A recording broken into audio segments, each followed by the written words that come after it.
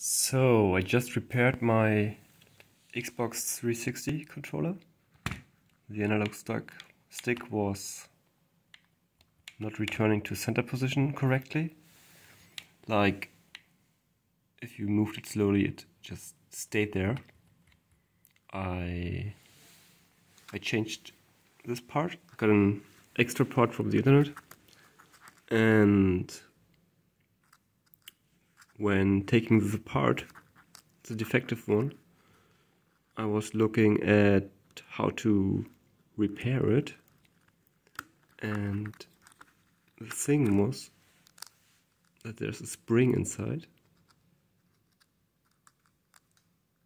You can easily take this out, and if you just stretch out this spring and then put it all together back together, this thing will work perfectly. I mean, it's a lot of work still. You have to solder it out. You have to solder the mechanism for this part out and in again.